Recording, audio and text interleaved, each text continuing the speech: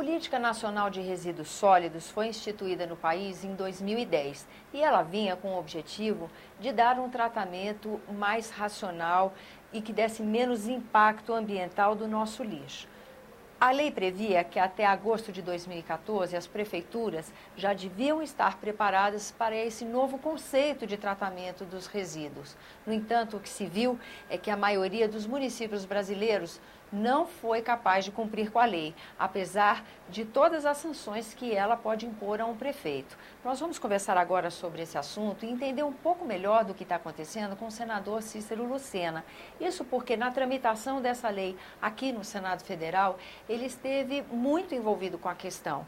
Ele foi o relator na Comissão de Meio Ambiente e também presidiu uma subcomissão de resíduos sólidos. Está certo até aqui, senador? Com certeza. Então eu agradeço sua presença e peço que o senhor nos ajude a entender um pouco melhor qual é a dificuldade que as cidades brasileiras estão tendo em cumprir com uma lei tão importante para o cidadão. A Política Nacional de Resíduos Sólidos, ela foi debatida no Congresso por cerca de 19 anos. E conseguimos, então, consolidar uma lei, embora com tanto tempo de discussão, uma das mais modernas do mundo, que convoca a sociedade, a responsabilidade de cada um a fazer a sua parte, quer seja o poder público, quer seja a iniciativa privada e até o cidadão e principalmente, melhor dizendo, o cidadão. Então, nós só poderemos dar os avanços, os passos necessários se cada um fizer a sua parte. Um dos itens que chama muito a atenção foi o prazo estabelecido de 4 anos depois para que no mês de agosto de 2014, portanto no último dia 2, pudesse se acabar com o que nós chamamos de lixão, que é aquele depósito a céu aberto que muitas vezes abriga pessoas, catadores, morando inclusive nessas áreas, com áreas de risco, de salubridade, enfim, algo até desumano. Algumas cidades adotaram essas medidas. Ela tinha até o ano 2012 para apresentar o plano de gerenciamento de resíduos sólidos. Algumas fizeram, outras não. Nós sabíamos que um dos maiores problemas para essa área são os pequenos municípios. Por isso mesmo que já em 2010 eu propus na Comissão de Meio Ambiente e foi aprovado cerca de 217 milhões para que fosse dado apoio técnico e financeiro para os pequenos municípios brasileiros. Porque os médios municípios e os grandes municípios há viabilidade econômica para o tratamento do lixo. Eu mesmo, quando prefeito na cidade de João Pessoa, em 2003 eu fechei o lixão do Roger, que é da minha cidade. E nós fechamos com todos os estudos necessários para dar uma solução. Eu tive a iniciativa de criar um consórcio para viabilizar economicamente, porque é muito caro para uma prefeitura pequena dar a sua solução. Se faz um consórcio para distribuir essas despesas e o seu gerenciamento. Nós procuramos botar recursos e colocamos também na Comissão do Meio Ambiente no ano seguinte 110 milhões para a formação de técnicos nas pequenas cidades brasileiras. Tivemos um problema político que o prazo dado a 2014, muitos prefeitos em 2010 estavam encerrando o seu mandato em 2012, portanto, não tiveram a iniciativa de dar solução a esses problemas. Os que assumiram em 2012, em 2013, também não se debruçaram com a vontade política se faz necessário, e o maior responsável por isso, sem dúvida nenhuma, até pela centralização dos recursos, que é o governo federal, não aplicou nem a emenda dos pequenos municípios, nem a emenda que foi aprovada orçamentariamente do treinamento e da qualificação dos técnicos nas pequenas cidades. E a prova maior que o governo federal lavou as mãos em relação a essa busca dessa solução do problema que é de todos o orçamento de 2014. Basta ver o orçamento do Ministério do Meio Ambiente e o orçamento do Ministério da Cidade, que praticamente é zero no ano que era para se acabar com os lixões. Agora, é uma questão desafiadora. A gente começou falando sobre a questão dos lixões porque é uma coisa assim, numericamente se constata. Tinha um prazo. Tem mais de 5 mil municípios no país, quantitativamente fica claro qual é a motivação do poder público em cumprir com a lei.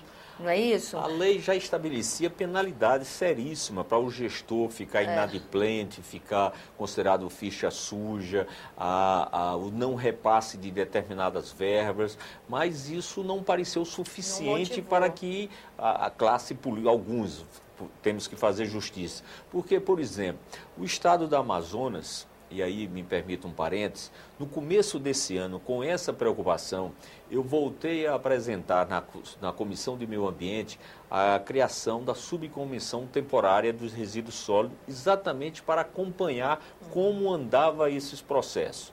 E foi aprovado, eu sou o atual presidente, o relatório final de 6 audiências públicas está pronto, é a senadora Vanessa Graziotin que vai apresentar para que nós possamos discutir e aprovar, e já alertando esse problema, porque não só do lixão, como a questão da logística reversa. Eu queria falar sobre isso, porque esse também foi um conceito atual, contemporâneo, que foi proposto nessa política e que também por aí a gente pode aferir quais são, porque aí já entramos para o lado do setor produtivo, que tem que ser responsável pelo lixo que ajuda a gerar, né? Exatamente. E nesse campo, teve mais avanço? Em alguns setores, sim, foi feito porque a lei permitia que isso fosse feito de forma acordada entre os setores e os agentes públicos, no caso federal, estadual e municipal, para que fosse procedido a questão da logística reversa.